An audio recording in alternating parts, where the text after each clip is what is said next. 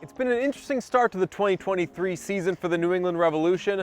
Their best scorer, Gustavo Beau, joined them late and missed the first 2 games of the season. Their best player, Carlos Gil, is battling through an injury.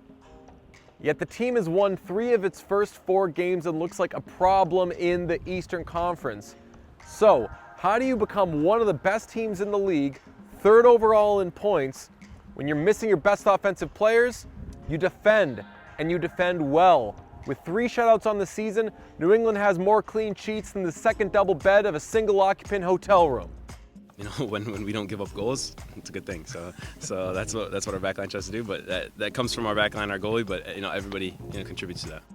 The second double bed, if you're staying in the hotel room yourself, maybe you'll toss like a bag on there or something, but you ain't sleeping in it. Those sheets are staying clean. The reacclimation process for Gustavo Beau, very good so far. He scored in the second half, the only goal of the Revs' 1-0 victory over Nashville SC. Color the coaching staff impressed.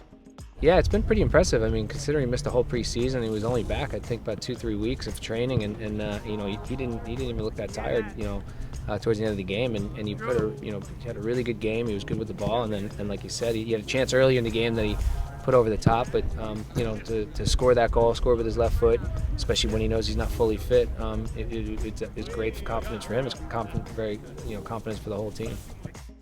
As for Carlos Gil, he was in and out a couple of weeks ago against LAFC, didn't play this past week against Nashville SC, didn't train on Tuesday, so his status for Saturday, a little up in the air. We're unsure whether we'll see the 2021 MLS MVP against DC. And speaking of DC, don't just sleep on them. Sure, they missed the playoffs the last 3 years. They're 1-2-1 on the season.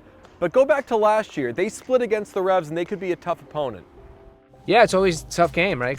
First of all, you're on the road. DC's a conference team, and we've always had good battles with them against DC, so it's not going to be easy. They changed up their team quite a bit. We just got to be ready. We've got to continue to do the things we're doing well, improve on some of the things that we keep talking to the guys about, and we'll go down and with the mindset of getting 3 points.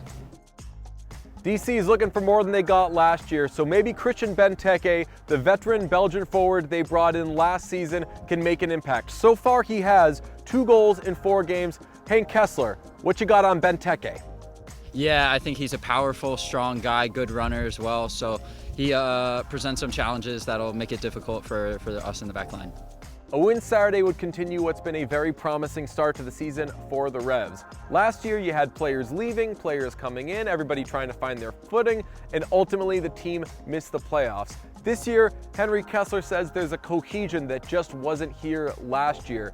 Richie Williams says a little stability can go a long way. Last year we lost guys in the middle of the season. 3 of our best players obviously left, and we had to replace them with new players. It takes time for them to adapt, and there was some, we had injuries with that. So I think this year, from the start, we've had the group together, I guess you can call it a good cohesive group, and they're willing to work for one another, and that's what it takes. In MLS, as we all know, it's very competitive, right? On the day, anybody can beat anybody, you need everybody working together, pulling in the right direction, and so far, I think that's been the case.